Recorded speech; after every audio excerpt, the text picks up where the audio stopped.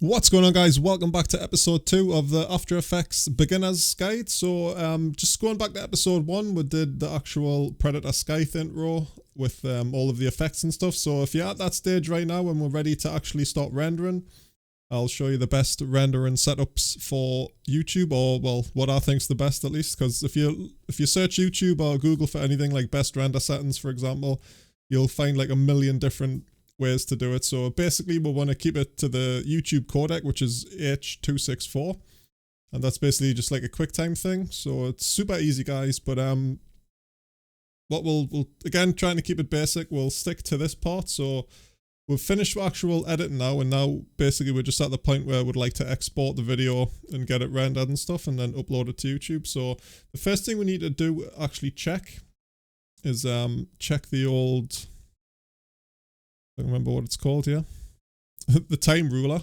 So anything you render is going to be within this time ruler here. So this is the start and this is the finish. So obviously if it's all the way up here, then my footage is ending right here or about there somewhere. All this space now is going to be black while you upload it. So basically all we need to do is find the end of our video, which for me was here. And then we're just going to drag the time ruler and zoom in a little bit to make it a little bit easier to see.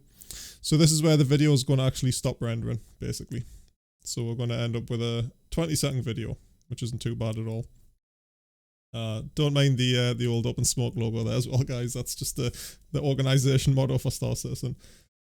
So we definitely need to make sure that that's set. That's one of the most important things of rendering. So obviously we don't want that black gap at the back. So all we basically do now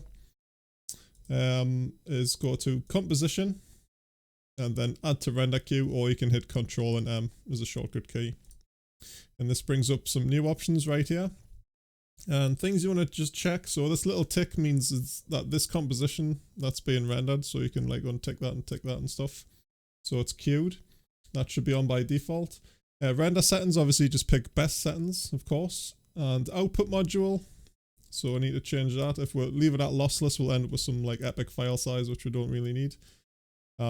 So depending on what After Effects version you've got, the format, we need to be picking either QuickTime, or you might have an option that literally just says H.264.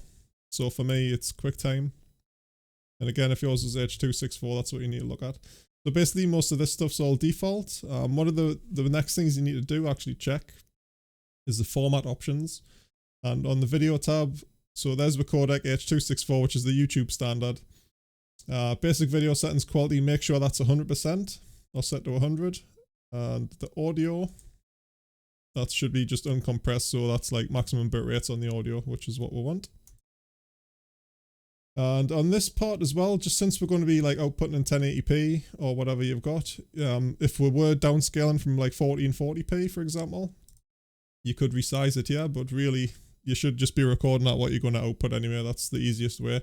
Although sometimes if you do record at a higher resolution and then squash it down, obviously the pixels are all like much more condensed and it does look a little bit better on YouTube after the processing. But I wouldn't worry about that too much right now, since we're just trying to keep it simple. Audio outputs, again, depending on what After Effects version you've got, you might have a little tick box here to say we do want to export audio. So just make sure you've got that ticked if it's on. And again, format options just brings the same audio settings up from before.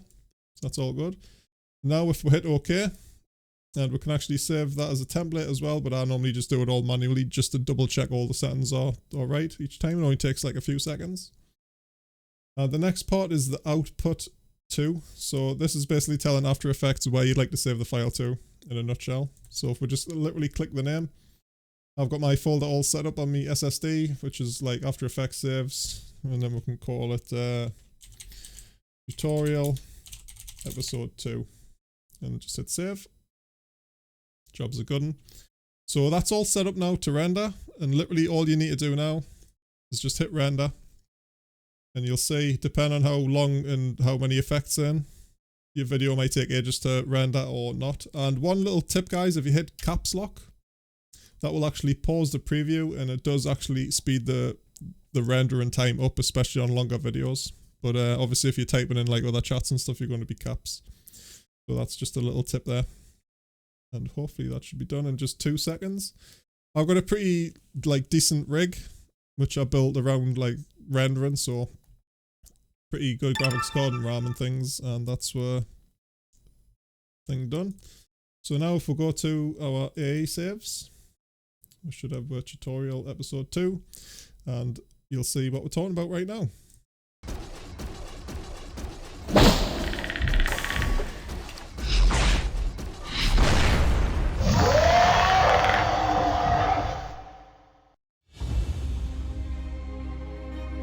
And that's the logo, so that's all worked out absolutely perfect, and we'll check the file size. So it's 276 meg, which isn't too bad at all. Now some of the files, like say for a 10-minute video, can get quite hefty, but it's totally worth having the full quality to upload to YouTube.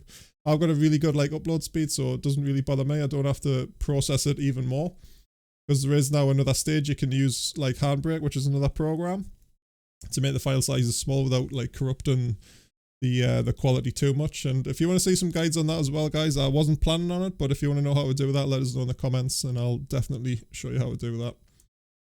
So yeah, pretty cool. This is going to be a really short and sweet video, just to literally go over the render settings. So hope you enjoyed it, guys.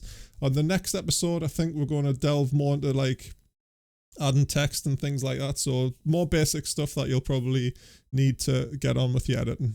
So thanks a lot, guys. Cheers for watching, and I'll catch you in episode 3.